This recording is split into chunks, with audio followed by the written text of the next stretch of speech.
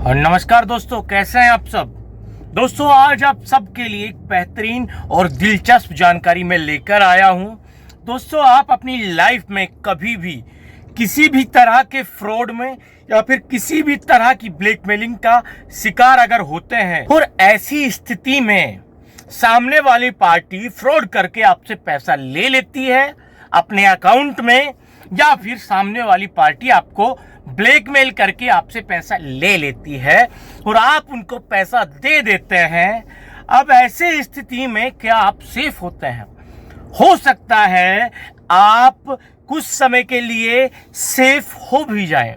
अगर मान लो आपको कोई ब्लैकमेल कर रहा है, आपने उसको पैसा उसकी डिमांड के अनुसार दे दिया, तो वो आपको कुछ समय के लिए मतलब आपको फ्री छोड़ देगा। कुछ समय के लिए आप अपने आप को सुरक्षित महसूस कर भी लेंगे।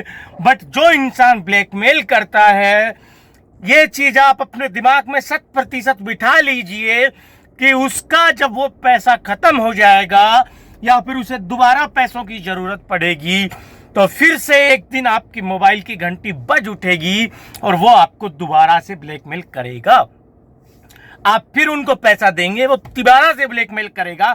और मान लो आपके साथ फ्रॉड हुआ, आपने किसी के अकाउंट में पैसा डाल दिया और आप उस फ्रॉड से निकल गए हमेशा के लिए, फिर भी आप सुरक्षित नहीं हैं। खासकर मेवात एरिया में जितने भी फ्रॉड होते हैं, वहां कोई भाई फंसता है तो दोस्तों वो उस फ्रॉड से बड़ी मुसीबत में भी पड़ सकता है, जो सिर्फ पैसे उसके अकाउंट में ट्रांसफर करने के बाद शुरू होगी। देखिए, पहली चीज तो ये, जिस दिन आप ब्लैकमेलर या फ्रॉड स्कैम करने वाले को पैसा दे देते हैं, खासकर ब्लैकमेलर को आप पैसा दे देते हैं, तो उस दिन जांच आपके ऊपर होनी भी अनिवार्य हो जाती है। आप भी जांच के दायरे में कभी ना कभी फंस सकते हैं। आपसे भी सवाल जवाब किए जा सकते हैं कि आप सही थे, आपने कुछ गलत नहीं किया, बावजूद इसके आपने उसको पैसा क्यों दिया। तो आपके पास जवाब आपका तैयार होना चाहिए। अब हम बात करते हैं कि मान के चलो आपके साथ भी न्यूड वीडियो कॉल वाला मामला हुआ है। ब्लैकमेलर आपसे पैसे की डिमांड करता है। कुछ भाई जिनके पास अनाप शनाप पैसा है वो पैसा दे भी देते हैं, कुछ भाई डर के मारे पैसा दे देते हैं और ये सोचते हैं कि वो सुरक्षित है। ये आपकी सबसे बड़ी गलत फहमी है।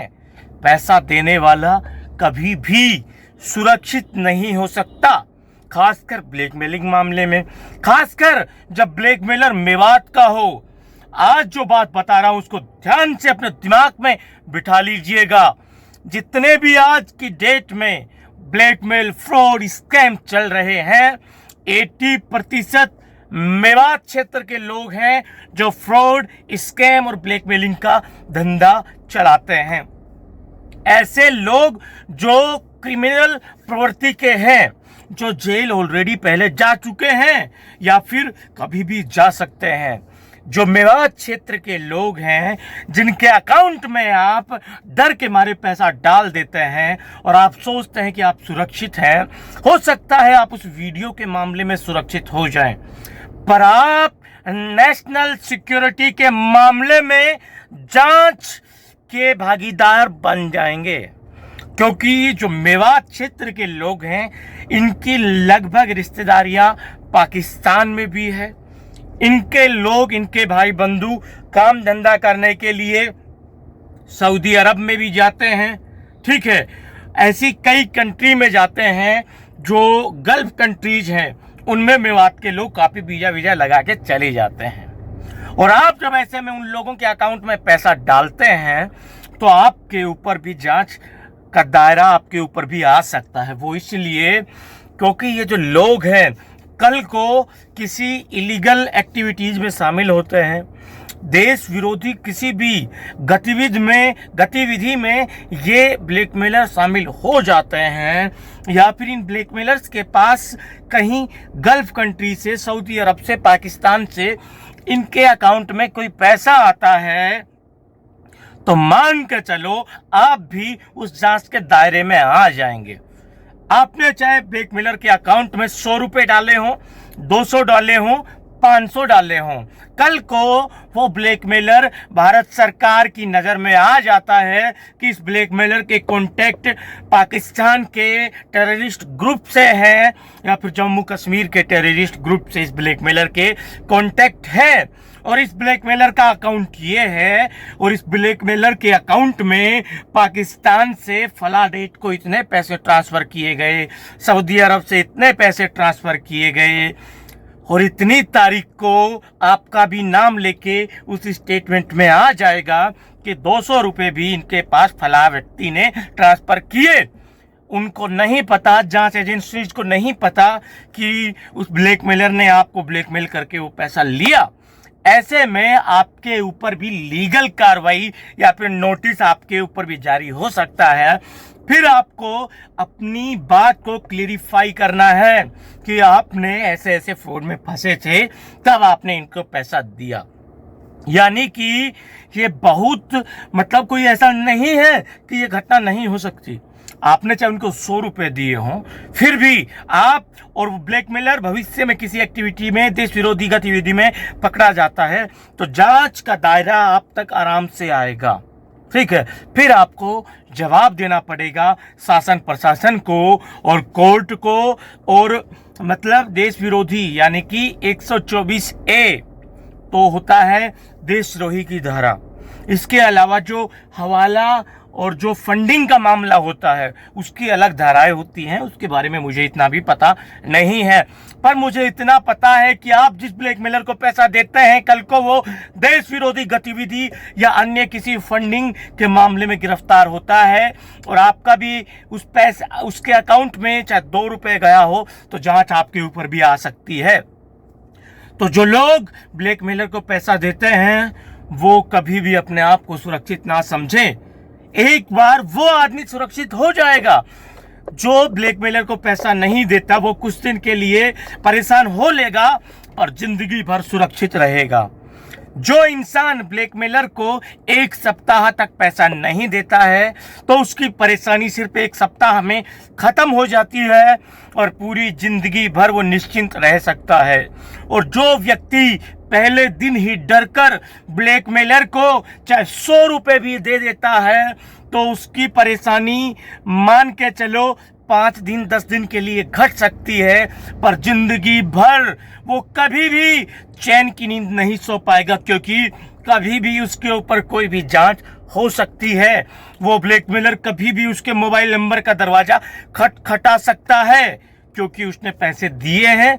जिस दिन ब्लैकमेलर की पैसे की भूख जगेगी वो फिर उसके पास आएगा, ब्लैकमेल करेगा। अगर ये नहीं हुआ तो हो सकता है ब्लैकमेलर किसी लीगल एक्टिविटी में शामिल हो, किसी फंडिंग के मामले में शामिल हो। जांच उसके ऊपर हुई उस दिन भी वो 100 रुपये देने वाला भी फंसेगा। इसलिए पैसे देने में कभी भी जल्दबाजी ना करें, पहले डिटेल को समझिए। जो भविष्य में आने वाले खतरे हैं उनको नजर में लेके आइए, उसके बाद ही कोई फैसला लीजिए। और जो भी भाई ब्लैकमेलर को पैसा देता है और भविष्य में वो किसी तरह के मामले में ना फंसे, इसके लिए उसे क्या करना चाहिए, अब बात कर लेते हैं इसके ऊपर।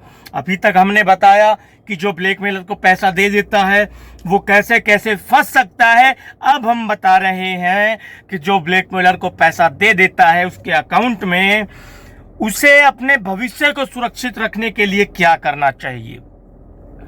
पहली चीज दोस्तों, आपने ब्लैकमेलर के अकाउंट में पैसा ट्रांसफर किया, तुरंत अपने बैंक को इस चीज की सूचना दें कि आपने एक गलत ट्रांजैक्शन कर दिया है, उसका अकाउंट नंबर ये है। या तो आप ये कह सकते हैं अपने बैंक को, या फिर अपने बैंक की नज़र में आप अपनी पूरी घटना को रख सकते हैं कि आपके साथ ऐसे ऐसे किसी ने फंसाया, फिर आपको ब्लैकमेल किया और आपसे इतना रुपए आपसे ले लिया। तो अपने बैंक को ये सारी चीज़ आप बता दीजिए, बाकायदा लिखित में दीजिए और एक कॉपी अपने पास उसकी रख लीजिए, ताकि भविष्य में वो ब्लैकमेलर कभी भी किसी मामले में, किसी फंडिंग के मामले में, देश विरोधी गतिविधि में पकड़ा जाता है और जब उसके अकाउंट की छानबीन की जाती है तो आपके ऊपर जांच ना आए, इसके लिए जरूरी है कि जो भी ब्लैकमेलर को पैसा देता है, चाहे आप 10 रुपये ब्लैकमेलर को क्यों ना दें, 10 रुपये छोड़िए, अगर आप 1 रुपये भी ब्लैकमेलर को देते हैं तो इसकी सूचना भी आपने ऑनलाइन साइबर क्राइम को देनी है, या फिर ऑफलाइन अपने बैंक में जाकर भी आप इसकी सूचना अपने बैंक के कर्मचारियों को, बैंक के मैनेजर को दे सकते हैं। यह बहुत ज़रूरी प्रक्रिया है। इसके अलावा और भी कई तरीके हैं जिससे आप बच सकते हैं अगर ब्लैकमेलर को भविष्य में किसी जांच का सामना करना पड़ता है। आप अपने पुलिस को ट्विटर पर टैग करके इसकी सूचना दे सकते हैं कि आपने फला फला अकाउंट में इतना रुपए ट्रांसफ़र किया है, ताकि भविष्य में ब्लैकमेलर कभी पकड़ा जाए और उसके ऊपर जांच चले और पुलिस आपको नोटिस भेजे तो आप पुलिस को ले जाकर दिखा सकें कि मेरे साथ फला तारीख को ये फ्रॉड हुआ था, इतनी तारीख को मैंने उसको पैसा डाला, बाकायदा मैंने हमारी पुलिस को टैग करके ट्विटर पर ये बात घटना बता दी थी। तो आपके पास ये साक्ष्य अगर रहता है, क्योंकि दोस्तों ज़बानी कुछ नहीं होता, सभी को चाहिए लिखित में आंखों के सामने दिखने वाला प्रूफ। तो अपने प्रूफ को आप हमेशा तैयार रखिए। और मैं तो यही सलाह देता हूँ कि आप कभी भी किसी भी तरह के स्कैमर को, किसी भी तरह के ब्लैकमेलर को एक फूटी कौड़ी ना दें। अगर आप नहीं देते हैं तो बेशक आप एक छोटे समय के लिए परेशान हो सकते हैं, मेंटली डिप्रेशन में जा सकते हैं, पर उसके कुछ दिन बाद आप हमेशा के लिए सेफ हो सकते हैं। और जब आप किसी ब्लैकमेलर को, स्कैमर को पैसा दे देते हैं तो हो सकता है आपको कुछ दिन के लिए आपको अच्छा लगे, शांति आपको मिल जाए, आपको लगे कि आप सेफ हैं, पर याद रखिए कि ज़िंदगी भर आप ऐसी स्थिति में सेफ नहीं हो सकते। परेशानी कभी भी आपका दरवाज़ा खटखटा सकती है, कानून कभी भी आपको अपने झमेले में, चपेटे में ले सकता है। इसलिए अनुरोध यही है, किसी भी तरह के ब्लैकमेलर को या गलत काम करने वाले लोगों के अकाउंट में 1 भी रुपया आप ना डालें। अगर आपको उनको पैसा देना ही है तो उनसे कहिए कि भाई आप नेट, इंटरनेट बैंकिंग नहीं चलाते हैं, आपको पैसा चाहिए तो आप अपना एड्रेस दे दीजिए, आपके एड्रेस में मैं पैसा ट्रांसफ़र कोरियर कर दूंगा, या फिर मैं इस स्थान का रहने वाला हूं, आप यहां से आकर पैसे ले सकते हैं। कभी भी ऑनलाइन ट्रांजैक्शन किसी भी फ्रॉड वाले इंसान के पास या ब्लैकमेलर के पास ना करें। दोस्तों, उम्मीद करता हूं कि मेरी वीडियो में जो मैंने अपनी बातें कही हैं वो आपको समझ आई होंगी, और समझ आई हो, वीडियो अच्छा लगा हो तो वीडियो को लाइक करें, शेयर करें, अपने दोस्तों के साथ साझा करें। और दोस्तों, बहुत जल्द एक वीडियो लेके आने वाला हूं कि जो भी भाई किसी भी तरह का फ्रॉड का शिकार होता है तो उसके बाद उसे क्या करना है, किसी भी तरह का ब्लैकमेल होता है तो उसके बाद उसे कंप्लेंट कहाँ करनी है, और कंप्लेंट करने का सबसे इजी तरीका आपको बताने वाला हूँ। आगे जो वीडियो में लेकर आऊँगा, एक मोबाइल नंबर बताऊँगा और एक पोर्टल का माध्यम बताऊँगा। जो भाई सक्षम नहीं होगा कंप्लेंट करने में, उसकी मदद मैं करूँगा। तो दोस्तों, इंतज़ार कीजिए मेरे उस वीडियो का। तब तक अपना ख्याल रखिए। धन्यवाद।